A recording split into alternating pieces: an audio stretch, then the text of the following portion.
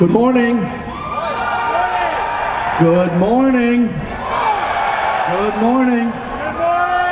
Yeah, I haven't been up this early either for a long time. But welcome to Orion.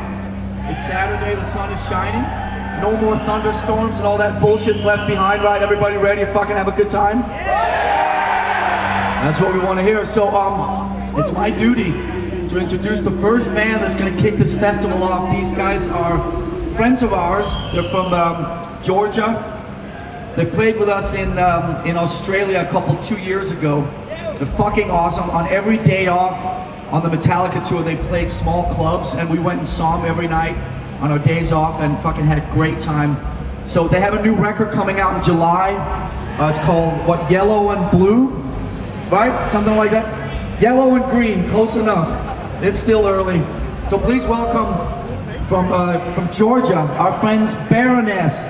All right then. All right then. Alan, the stage is yours. Have fun.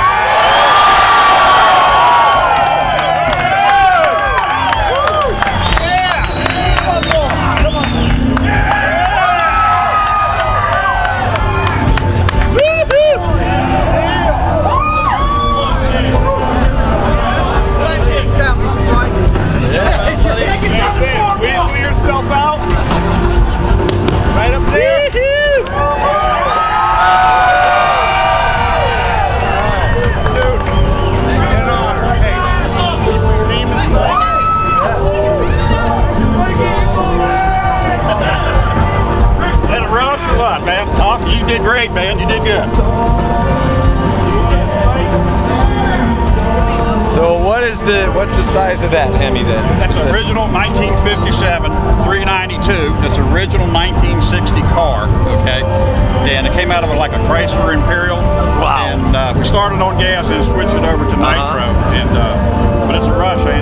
So now you got to change your plugs, you got to change your oil. And yeah, we're gonna run it like twice a day. Wow. You know. So, what a rush, man. Can you imagine driving that thing? I can't believe people are still standing here. Yeah. Well, the fumes get bad. Yeah. Yeah. Hell yeah. Where should we? Might get rubbed off back there. How about right here upside down? But James sat here or whatever. Whatever you want, man. Somewhere.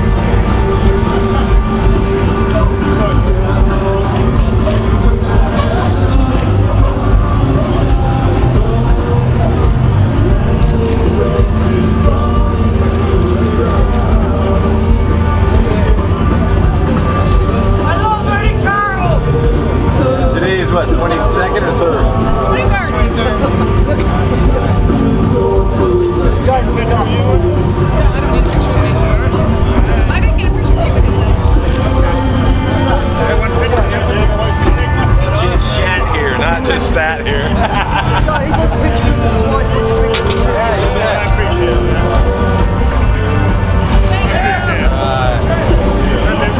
Alright, killer.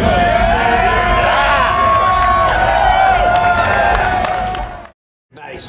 For Mark, we're talking with Mark Ryder, manager of Metallica. If you got any questions, this is your time to sit down and ask any question. I promise this young lady right here a question for Mr. Mark Ryder, and it's a good one. Makes sense, good timing. Hi. What made you and Metallica make the decision to have the concert here in Atlantic City? What was the decision to have the concert, the first festival right here in Atlantic City? Hey, we're doing an interview! I got one of the managers of Metallica, shut up! Level 7. Sorry, Mark, proceed. Well, we tried to find a bunch of different locations, actually. Can I ask a question real quick? Yeah. When did you know? Because during the San Fran Fillmore shows, I remember Lars, they already knew, and I heard them talking, and he went to this, he told the crowd, he went, just make sure something big's gonna happen over there in June. Just go to the website, huh? We'll see you in June. Just keep checking. And everyone's like, what does that mean? What does that mean? Well, we've been talking about this festival for 5 years. When they played the Live Earth concert in 07, on 7/7/07, we hatched this idea that night in London. And we've been talking about it ever since, but we really started putting it together in earnest about the last 2 or 3 years. And we settled on Atlantic City, and I shouldn't say settled, but we had some other locations in mind, and it's not as easy as you think putting a festival together. You know, getting certain towns to say yes, etc., etc. And Atlantic City wasn't the first choice, but because there were some other places that had a better infrastructure than this did. But we wanted camping. We wanted a camping option and an RV option, which this location doesn't have. But this has better hotel options. There's lots of different logistics that I don't want to bore you with. But we decided on Atlantic City because of the hotel options, because last year they had a Dave Matthews Band festival here, so we knew that it worked. And last weekend, you may not know, but they did Fish here. So it helped because there's already an infrastructure in place, and the production costs were a lot cheaper because Fish saved a lot of money by having us here. We saved a lot of money by having Fish here. So it made a lot of sense for those reasons. If everything works out this weekend, if you guys all have a good time, if the rest of the fans all have a good time, if the bands all have a good time, then chances are we're going to do another Orion festival. Whether or Whether or not it's going to be in Atlantic City remains to be seen, but hopefully there will be another Orion Festival, and we'll decide where it's going to be, over the course of the next year. We're talking with, you are part of the Met Club. This is Mark Ryder. If you have no clue, been with the band 20 years. You got questions for the manager of Metallica, now's the time to do it. You've been waiting. Yes, sir. So there's a rumor out there that you're putting out a book in the fall. Yeah, it is a rumor. Called Too Much Horror Business. Yes. It's a good rumor. It's a really good rumor. Why don't you tell the guys what it's about? Well, it's called Too Much Horror Business, and it's about my horror collection. And to a certain extent, it's about myself too. I guess you can call it like somewhat autobiographical. But it has all pictures of all this stuff in it. Most of this stuff. Maybe not him, but it's great because I just have so much stuff. And one day I was just sitting amongst it, thinking, how can I get more people to see this? And then idea went off in my head. Book. It's time for a book. And this book is my way of just sharing all the endeavors of my collection with the rest of like-minded individuals like yourself. This mic is screwed up, man. This is kind of, is this one of our mics? What's that? Sorry, I'm just totally like rambling. Anyway, and the focus is on vintage horror movie posters, vintage monster toys from the 50s, 60s, 70s.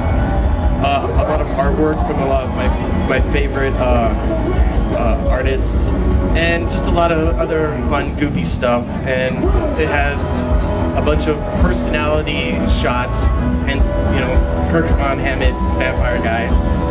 And yeah, it'll be out in October on Abrams Books. And go to the website, KVH Toys or Kirk Von Hammett. And, or you can go to the Metallica.com website, there's a link. But it should be fun. And obviously the title, I took the title from a Misfits song. And yeah, you got it. I think I had the title before I even had the book. And that's it. It should be a lot of fun. $29.95, Amazon.com. 12x9, black cover. Website. Yeah, website. Actually, when I first met Kirk, which probably was about like 1988 or something like that. It was in the 80s, bro. Late 80s. Yeah.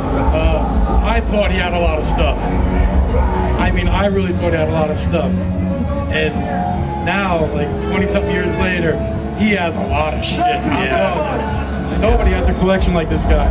Well, it is amazing. Hopefully, when you guys see the book, you'll get an inkling of where I'm coming from with all this stuff. But the good news is, I'm putting out a second book too. I didn't hear about this one. Tell us about the second book. I still have so much stuff that it's not gonna be as horror themed. It's gonna be more. It's the sequel, huh? It is the sequel. It's gonna be more about TV shows of the 60s, like hot rod culture of the 60s, and how monsters are related to that sort of stuff. There's going to be a lot of stuff, like for instance on the Addams Family and the Munsters and Outer Limits, and there's going to be a lot of like monster hot rod culture in it, like not David Lee Roth, Big Daddy Roth, and Mouse and Weirdos stuff, and just a lot of other crazy things that I think might be cool to have in the book. And so it's an honor to be sitting between. There's so many years of history with you guys and Metallica. It's an honor to be sitting here to be considered to even interview you guys. It's awesome. Thank you so much. You don't do these kinds of things very often, nor do you. We try to get these guys. They don't. I had to bribe them heavily. So these shit. But Ray said he'd come, so I said,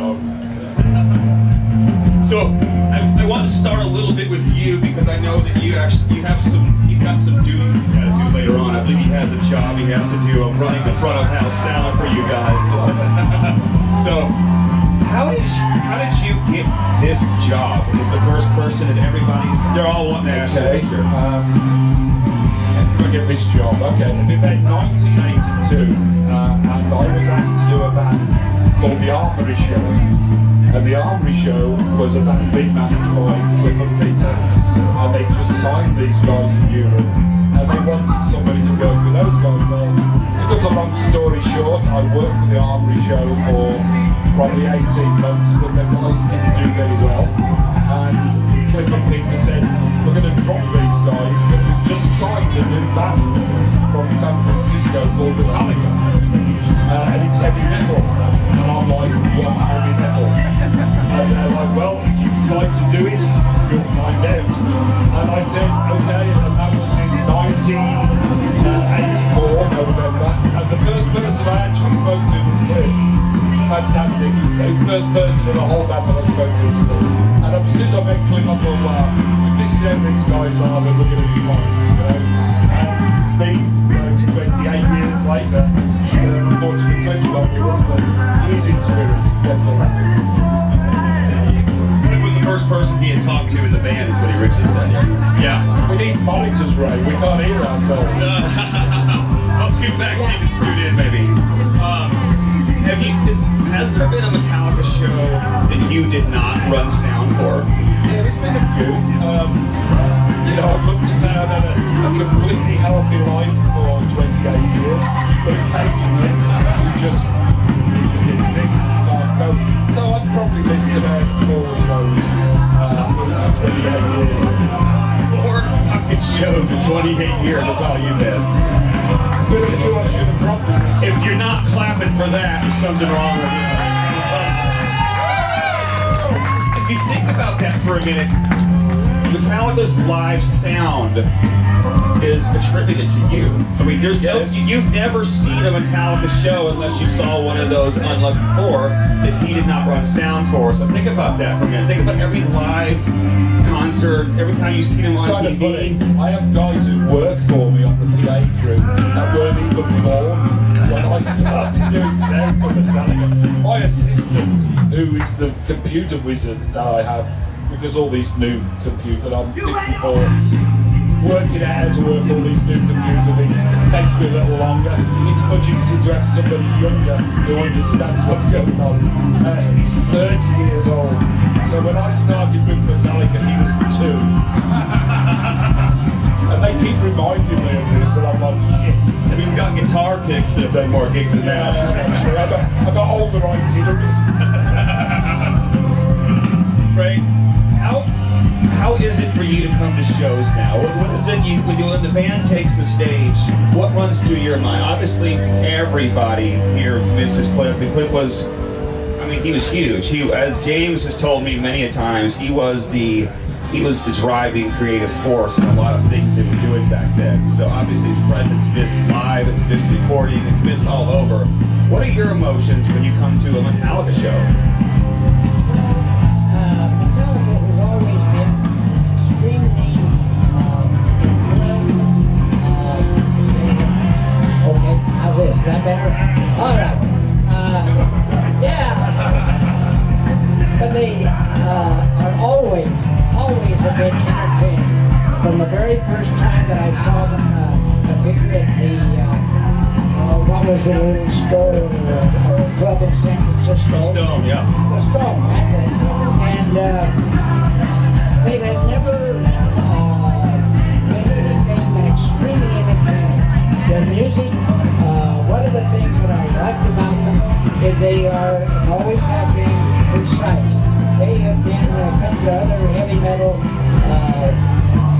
bands, they just don't have that certain beat, preciseness, or whatever you want to call it, which adds to the entertainment of it. And then of course James, I think he's just an absolute natural cheerleader, and they've always been enjoyable to me. And as Cliff once said one time, I said something about not seeing a second performance at the Kabuki Theater in San Francisco, and his mother and his grandmother and I went to see it, and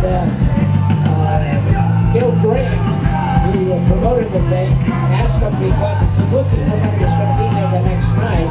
He says, "Can you guys perform Friday night?" And so they said, "Yeah." Well, I saw them one night, and it lasted for a while. So, anyway, when Cliff got home from that the next Sunday, when he came home, I apologized to him for not going to see the second performance with his mother. And Cliff put his hand on my shoulder and he says, "That's all right, Dad. I know the kind of music you like." So anyway.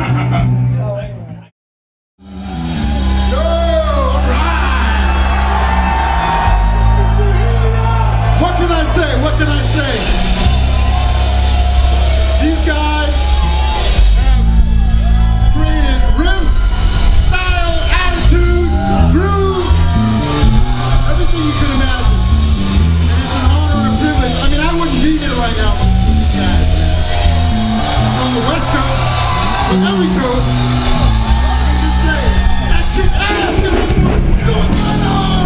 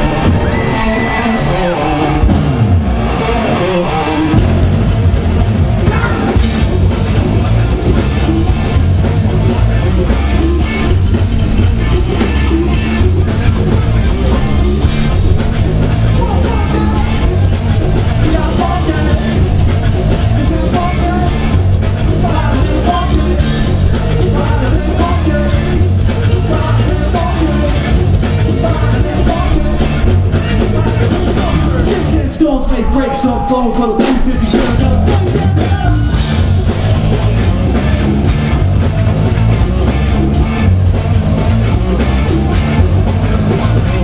You take the pen and I'll take the sword. You write some shit to go.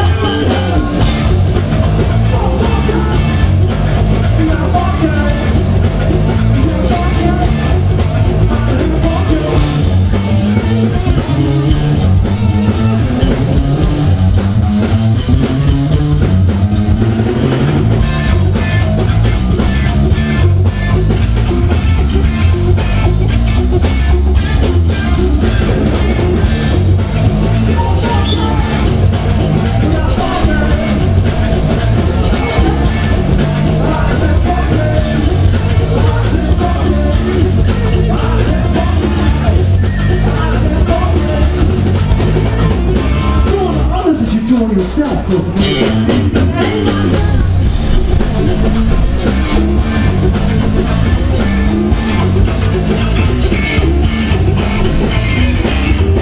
until the fat lady sees I jumped out my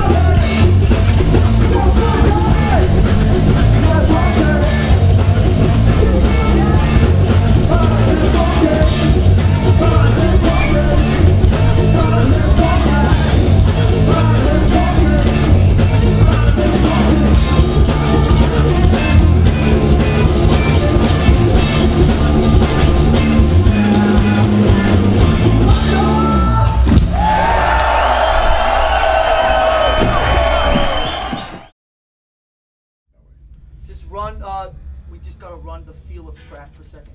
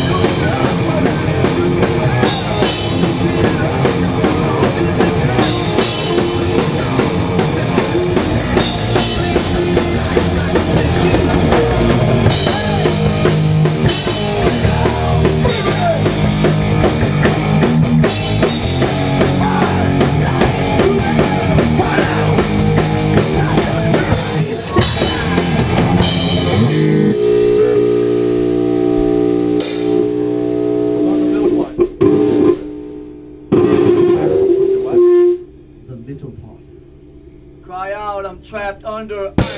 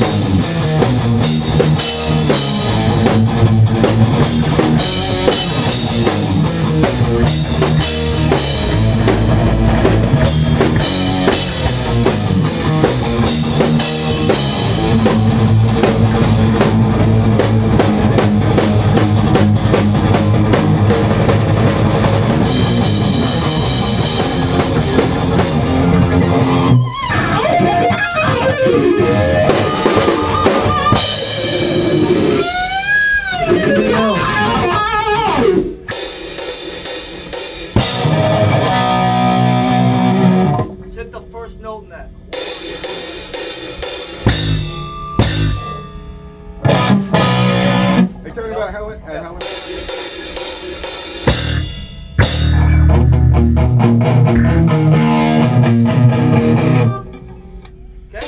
ready to rock.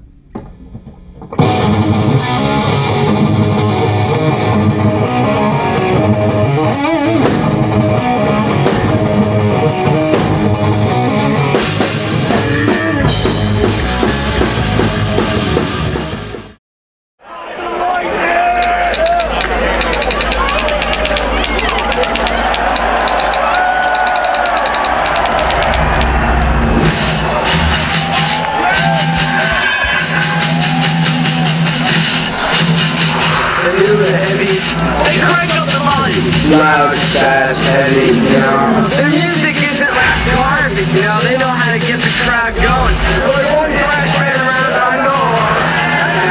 Metallica. I'm here with Metallica, the hot new heavy metal band from LA. And let's have to start with their name and what they do in the band. And let's start with you. James Hetfield, rhythm guitar and vocal. Lonzo Rick, drums and bass. Kurt Hammett, I play lead guitar. Philip Burke, bass guitar. We saw the new wave of British metal that was coming out. We knew it was going to hit like, you know, a couple years before.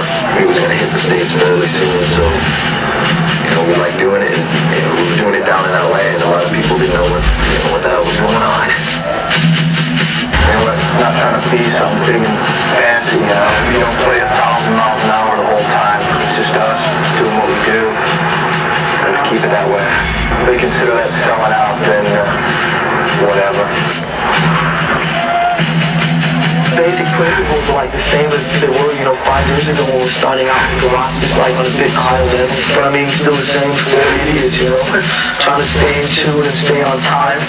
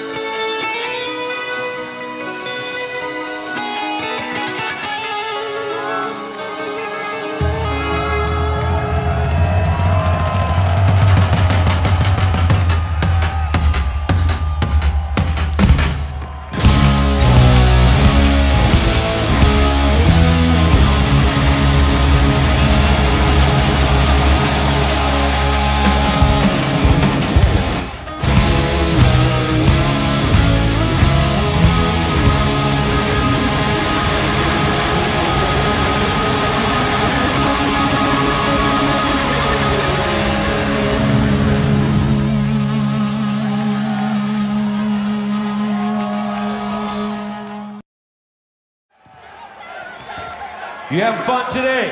Yeah, we're having fun right now. So, Ride the Lightning, if you can't tell, we flipped it the other way as well. So do you know what song is next? God, don't say it. Don't say it out loud, please. This is groundbreaking right here. This is historical for those of you who might know what's coming up next, all right? The song that we never wanted to play live ever is now on the set list, all right? We're not afraid. We just hope it is good.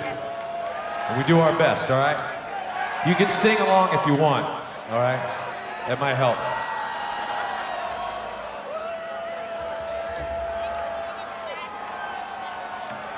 No, don't do it. Don't do it, though. Is there any other songs left we haven't played then? We have to have one or two. What one? You're right, you're right. There are other songs. There's plenty of other songs, all right.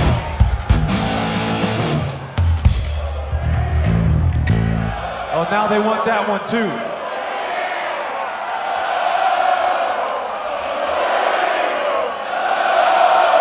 See what you started.